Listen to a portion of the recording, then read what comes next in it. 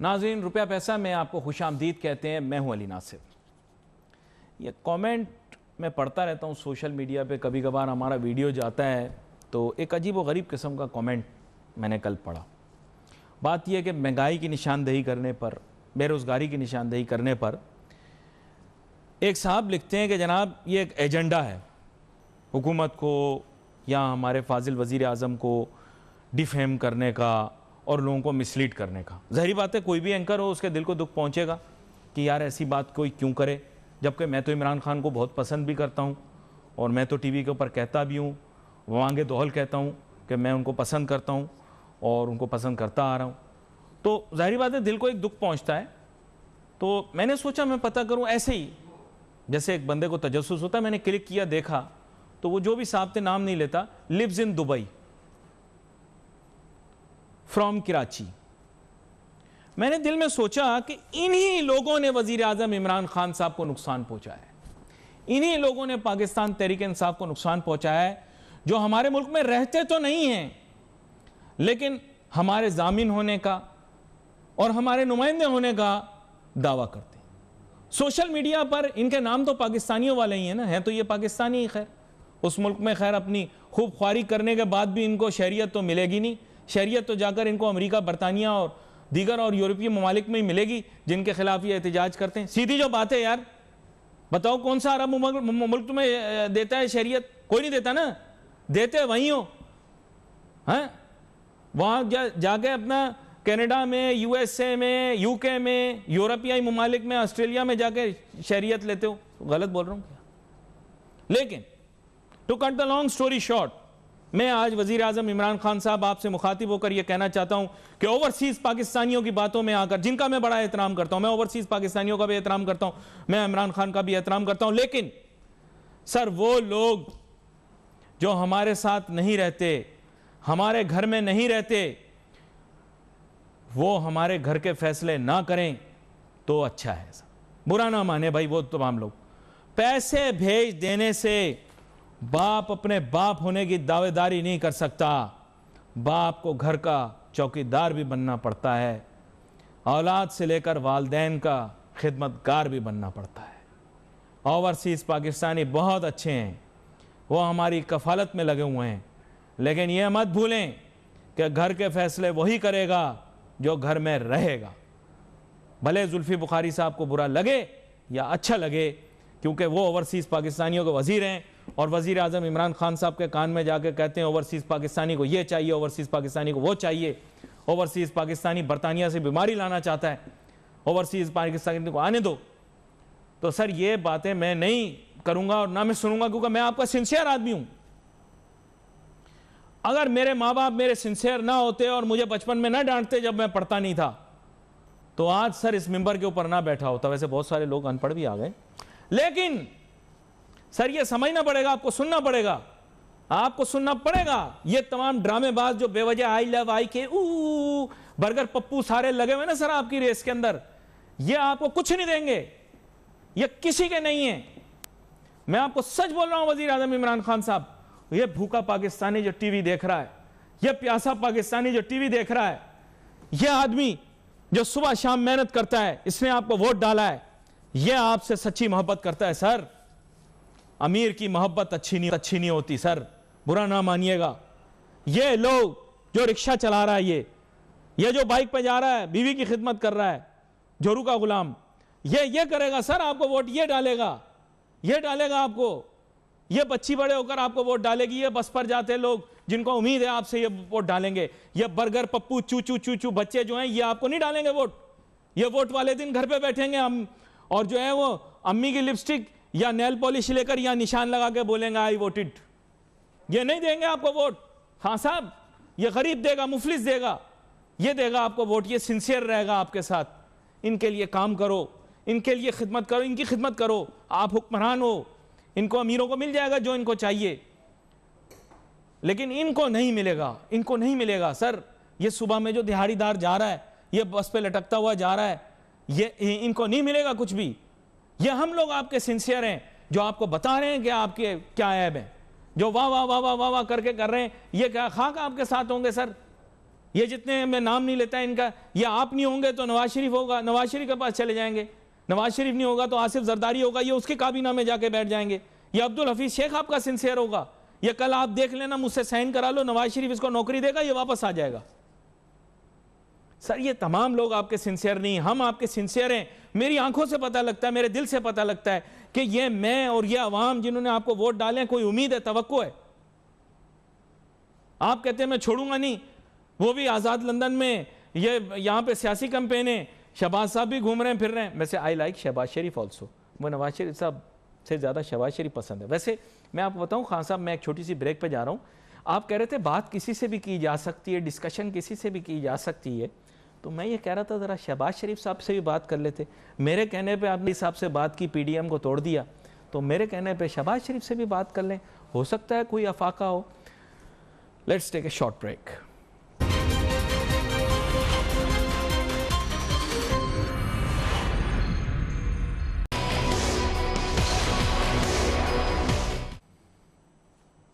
नाजरीन welcome back after break. तो break पे जाने से पहले बड़ी जज्बाती मैं आपसे गुफ्तगू कर रहा था, और बिलखुसूस मैं वज़ीर आज़म इमरान खान साहब से मुखातिब था, और मैं यही कहना चाह रहा था कि जो लोग सिंसियर हैं सर, वो आपको आपके ऐप बताएंगे, वो सिर्फ आपकी तारीफ़ नहीं करेंगे।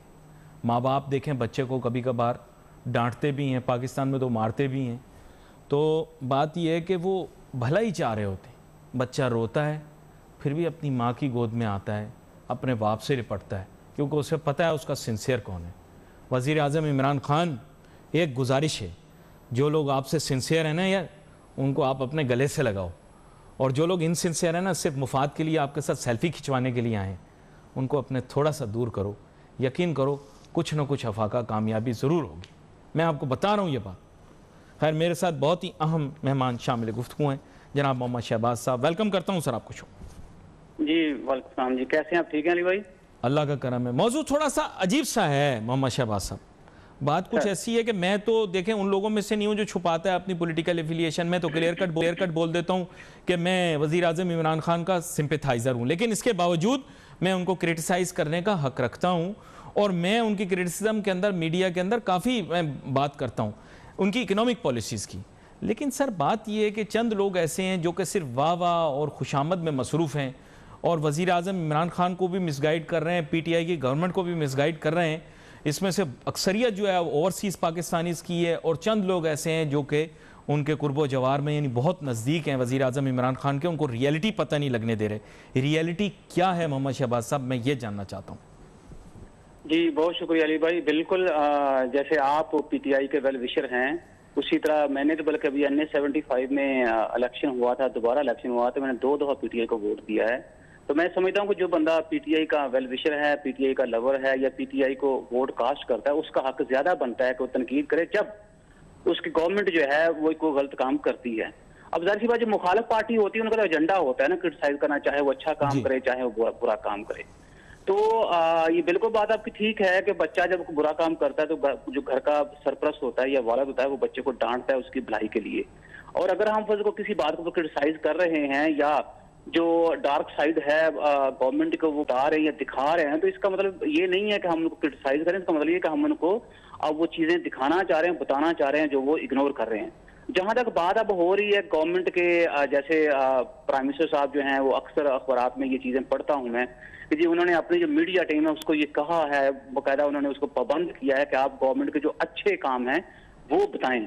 देखें, गवर्नमेंट जब अच्छे काम करती है तो गवर्नमेंट को बताने की जरूरत नहीं होती, क्योंकि वो काम जो होते हैं ना वो खुद ही बोलना शुरू कर देते हैं जी हमें इस गवर्नमेंट ने किया है। जैसे हम बड़ा आम इंग्लिश में कहा करते हैं जो एक्शंस होते हैं they speak louder than your words. तो हमें इस मुल्क के अंदर रहते हुए मैं अक्सर, बल्कि शायद हो सकता है मुझे ये कहना चाहिए, आपके प्रोग्राम के अंदर मैंने बहुत सारे प्रोग्राम किए हैं, आपके साथ बहुत दफा जो है इन्फ्लेशन पर बात की है कि ये पाकिस्तान का बहुत बड़ा मसला है और ये इस गवर्नमेंट को खा जाएगा।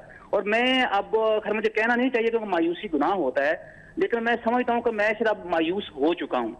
अगर ये कहते हैं जी हम रमजान शरीफ के अंदर जो चीजों की प्राइसेस को हम मॉनिटर करेंगे, मॉनिटर करने का रिजल्ट आपने देख लिया कि चीजें लोगों की पहुंच से बाहर हो गई हैं, बल्कि चीजें मिल ही नहीं रही।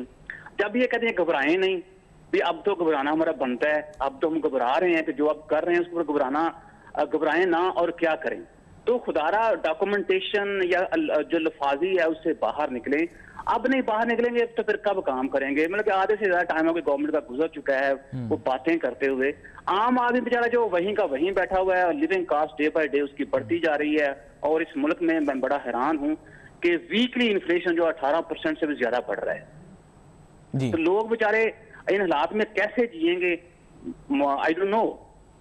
मैं खुद इसकी वजह से बड़ा परेशान रहता हूं। लेकिन डॉक्टर मोहम्मद शहबाज साहब, कुछ लोग जो कि अपने आप को ब्लाइंड लवर या ब्लाइंड फॉलोअर शो कर रहे हैं, वो मिसगाइड कर रहे हैं। और मिसगाइड इस हद तक कर रहे हैं कि वज़ीर आज़म इमरान खान साहब ने खुद एक्नॉलेज किया कि इस मुल्क में महंगाई है, उसको मसले को हल करना चाहिए। लेकिन ये कहते हैं रोटी 100 रुपए की भी हो जाएगी तो हम खरीदेंगे। तो ये तो वज़ीर आज़म इमरान खान साहब की नफ़ी हो गई। वज़ीर आज़म इमरान खान साहब ने रिकॉर्ड पर यह बात की मोहम्मद शहबाज साहब के डॉलर जो है वो महंगा हो जाता है। पूरा लेक्चर मैंने उनका सुना कि महंगाई किस वजह से होती है, आपने भी सुना होगा बड़े सब्र और तहम्मुल के साथ। उन्होंने कहा जी डॉलर महंगा होता है तो इस वजह से महंगाई हो जाती है। और ये लोग कहते हैं कि जी डॉलर महंगा किया है इस वजह से। बिल्कुल सही किया, क्योंकि इसहाक डार ने बड़ा गलत काम किया था, उसने रोक के रखा हुआ था। तो मोहम्मद शहबाज साहब, मैं एक छोटी सी ब्रेक लेता हूँ। डॉक्टर मोहम्मद शहबाज साहब, बस आता हूँ जब ब्रेक के बाद, तो मैं आपसे जानने की कोशिश करता हूँ कि ये शाह से ज़्यादा शाह के वफादार जो लोग हैं, ये क्यों पाकिस्तान को ख़राब करने, और मैं लफ्ज़ इस्तेमाल करना चाह रहा जो अमूमन वैसे इमरान खान साहब ये लफ्ज़ इस्तेमाल करते हैं और कहते हैं गाली नहीं है, ये जो हमारे मुल्क की मईशत का बेड़ा गर्क करना चाह रहे हैं लोग, और वज़ीर आज़म इमरान खान साहब को मिसगाइड कर रहे हैं, इसके बावजूद इमरान खान सिंसियर है, सही पॉलिसियाँ बना रहा है, उनके बारे में हमें क्या फैसला करना चाहिए, ये वापस आके करते हैं ब्रेक के बाद। Let's take a short break.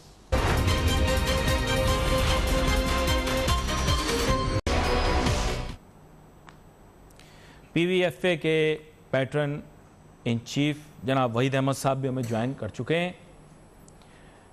Welcome करता हूं आपको शो में।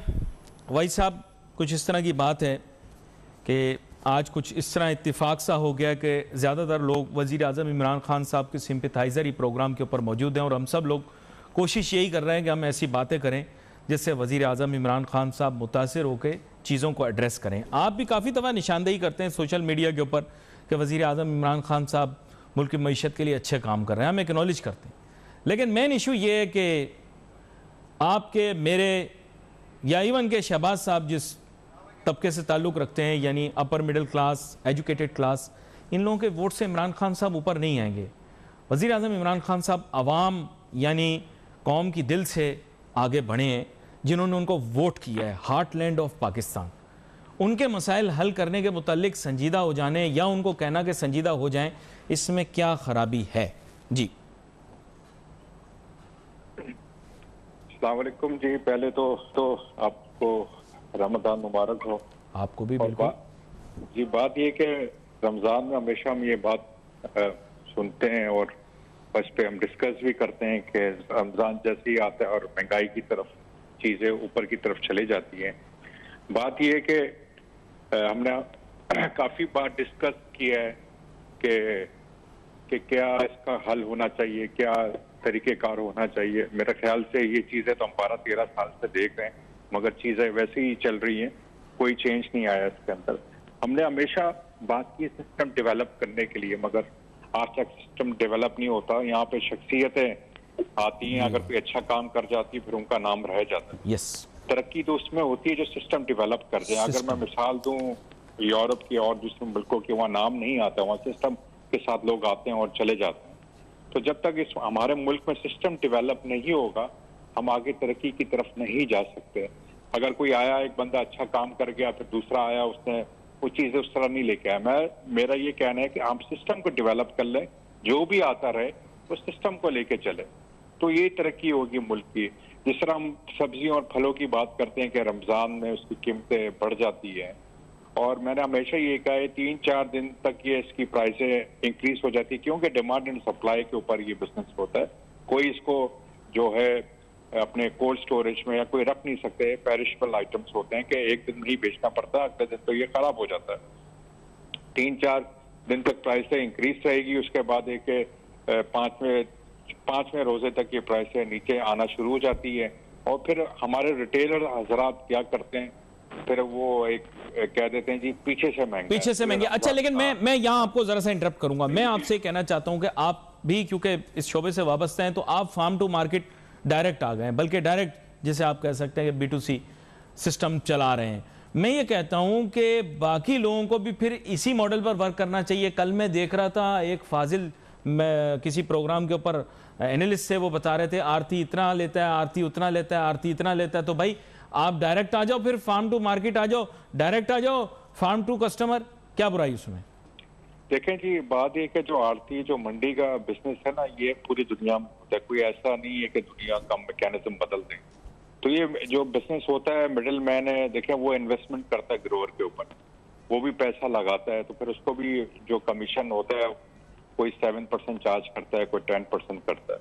तो बात ये कि एक बिजनेस का मॉडल बना हुआ है, पूरी दुनिया में ऑलमोस्ट यही मॉडल चल रहा है। हमारे यहाँ नाकामी ये चीजें होती हैं कि मैं अगर होलसेल में चीज 100 रुपए की, मिसाल दे रहा हूँ आपको, एक चीज होलसेल में 100 रुपए की बिक्री होती है, तो रिटेल में जब हम जाते हैं तो वो कहीं 150 की बिक्री होती है, कहीं 200 की बिक्री हो रही है, कहीं 250 की बिक्री होती है। इसलिए मैं बात करता हूँ सिस्टम बनना चाहिए। हम सिर्फ कराची के मिसाल दें, जो यहाँ का जो कमिश्नर की जो है कि उसको देखें, वो कहते हैं जी अब बड़ी पिछले जो कमिश्नर थे बड़ी बात थी कि 100 रुपए की चीज जो बिक रही है वो 100 रुपए रिटेल में बिके। मगर ये कौन सी सोच है कि 1 रुपया रिटेलर रखेगा उसके ऊपर? मतलब कि ये ऐसी कोई बात है? हमें ये देखना चाहिए कि जो मंडी से लेके जो उसकी ट्रांसपोर्ट होती है, जो उसकी लॉजिस्टिक होती है, उसके तरीकेकार क्या है। देखें आप, एक दुकान खुली है। अच्छा, इस मार्जिन के ऊपर मैं आपके पास दोबारा आता हूँ भाई साहब, मैं आपके ऊपर दोबारा आता हूँ, क्योंकि ये मार्जिन का मॉडल बड़ा अहम आपने बताया। लेकिन मैं डॉक्टर मोहम्मद शहबाज साहब आपकी जानिब आता हूँ। देखें, वहीद अहमद साहब ने इस चीज़ को रिकग्नाइज कर लिया और इस चीज़ को एक्नॉलेज करते हुए ये बात कही है कि हमारे मुल्क के अंदर इशू यही आ जाता है कि हम सिस्टमिक रिफॉर्म लाना चाहते हैं, सिस्टम इस्टेब्लिश करना चाहते हैं, अनफॉर्चुनेटली वो नहीं होता, हम पर्सनैलिटी कल्ट बन जाते हैं, यानी शख्सियात अपने आप को इस्टेब्लिश कर देती हैं। सर, सिस्टम पहले भी नहीं बना, अब भी नहीं बना, व्हाट इज द रीजन, क्या इशू है? जी बहुत शुक्रिया, मैं बिल्कुल भाई साहब की बात से मुत्तफिक हूँ। सिस्टम तो बहुत बड़ा लफ्ज है। जब सिस्टम की बात करते हैं इसमें बहुत सारे इंस्टीट्यूशन, बहुत सारे अदारे जो आपके आ जाते हैं। मैं एक छोटी सी बात करता हूँ। अगर हम सिर्फ एग्रीकल्चर की या ये जो फूड इन्फ्लेशन उसकी अगर हम बात करें, जैसे हम सप्लाई की बात अभी हो रही थी, वो जो मिसिंग लिंक बेसिकली क्या है कि आपकी जो एग्रीकल्चर मार्केट है वो इंटीग्रेट ही नहीं है। और जब कोई मार्केट इंटीग्रेट नहीं होती उसमें जाहिर सी बात स्पेस रह जाती है। वो स्पेस जो है वो जो मिडल मैन जिसकी हम बात कर रहे हैं, और अगर हम ज़ात की बात करें, हम आड़ती की बात करते हैं, तो वो मिडल मैन जो है वो उस मार्जिन से या उस स्पेस से फायदा उठाता है। ये बड़ी सीधी सी बात है। चाइना जाहिर हमारे प्राइम मिनिस्टर साहब भी जाते हैं, गवर्नमेंट के हाई डेलीगेट्स हैं वो भी जाते हैं, उसके बाद फिर वो दीवारें चीन तस्वीरें भी बनाते हैं, वो हाथ भी हिलाते हैं कि देखिए हम यहाँ तक पहुंच गए हैं। क्या कभी इन्होंने ये सोचा है कि वहां जाके देखें कि उनका किसान जो है वो मंडियों के साथ कैसे इंटीग्रेट हुआ है? एक सिंपल सा बड़ा छोटा सा वो सॉफ्टवेयर वी चैट, उस वी चैट के ऊपर आपको मंडी के अंदर भी कीमत मिलती है। उसी वी चैट के ऊपर जहां किसान बैठा है, चाहे वो वुहान में है, चाहे वो बीजिंग में है, उसकी व्यवसाय और उसको ही पता है कि मार्केट के अंदर इस वक्त उसकी प्रोडक्ट की कीमत क्या चल रही है। क्या इस तरह का कोई सॉफ्टवेयर हम नहीं बना सकते? सिस्टम तो बहुत बड़ी बात है। मुझे ये बताइए कि हमारे आप सुबह पंजाब की बात कर लें, आप सुबह सिंध की बात करें, सुबह सरहद की बात करें, केपीके की बात करें, गिलगित बल्तिस्तान की बात करें, क्या एक आइटम जो है उसकी प्राइस यूनिक है 5 सूबों के अंदर? मेरा नहीं ख्याल, डिफरेंट प्राइसेस हैं। उसमें हम थोड़ी सी बात करें, ठीक है, जो ट्रांसपोर्टेशन कास्ट है वो मैटर का भी मानता हूँ ये बात, लेकिन ये यूनिक प्राइस जो है चाइना मेंटेन की हुई है। इनको उनसे सबक सीखना चाहिए ना। हम ये तो कहते थकते नहीं है कि हमारी चाइना से दोस्ती जो पता नहीं हिमालय से भी ऊपर है और शहद से ज्यादा मीठी है। इस मिठास से या इस हिमालय से ऊंचाई से आपने क्या सबक सीखा है? हाँ, वैसे सही कह रहे हैं आप। दोस्ती वोस्ती कोई हिमालय से, सर हमने पहले उनके साथ बड़ी डॉज खेली थी 2005 में, वरना तो ये मनसूबा बहुत पहले तैयार हो जाता।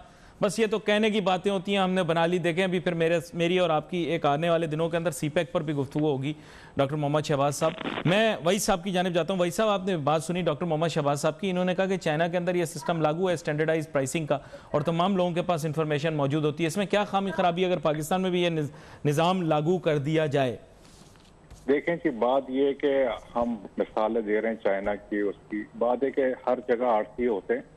आप इंडिया ले लें, श्रीलंका ले लें, बांग्लादेश ले लें, यूरोप की मार्केटें ले लें, हर जगह आड़ती होते हैं, मगर सिस्टम्स होते हैं। बात ये कि हमारे यहाँ कोई पूछने वाला नहीं है, कोई करने वाला नहीं है। रमजान में शायद अभी जाग जाएंगे लोग, फिर वो क्या कहते हैं फाइन्स देना शुरू कर देंगे। मगर बात ये तो यार, मैं तो इन चीजों को 12-13 साल से ये देख रहा हूँ, तो यही चीजें उसी पे चल रहे हैं। लेकिन सिस्टम के रॉकेट साइंस नहीं है बनाना, ठीक है ना जी। सिस्टम मुल्क जब चल रहा है, हम एटॉमिक बना सकते हैं, हर चीजें बना सकते हैं, तो सिस्टम को नहीं डेवलप कर सकते। सिस्टम ये बड़ी अहम बात आपने की है, लेकिन मेरे पास आज वक्त बड़ा महदूद था। आप दोनों मेहमानों का बहुत शुक्रिया। हमने बात की सिस्टम पे ही, बात सिस्टम बनना चाहिए था, सिस्टम की इस्लाह होनी चाहिए थी, बिल्कुल। और आने से पहले यही हमें कहा गया था कि इस्लाहें होंगी, इस्लाहात होंगी, सिस्टम बनेगा। लेकिन अफसोस की बात यह कि सिस्टम नहीं बना, सिस्टम तैयार नहीं हुआ, वही फरसूदा निज़ाम चलाया जा रहा है। We wait for your messages on Facebook. Ali Nasir हमारी टीम को इजाज़त दीजिए। अल्लाह हाफिज़।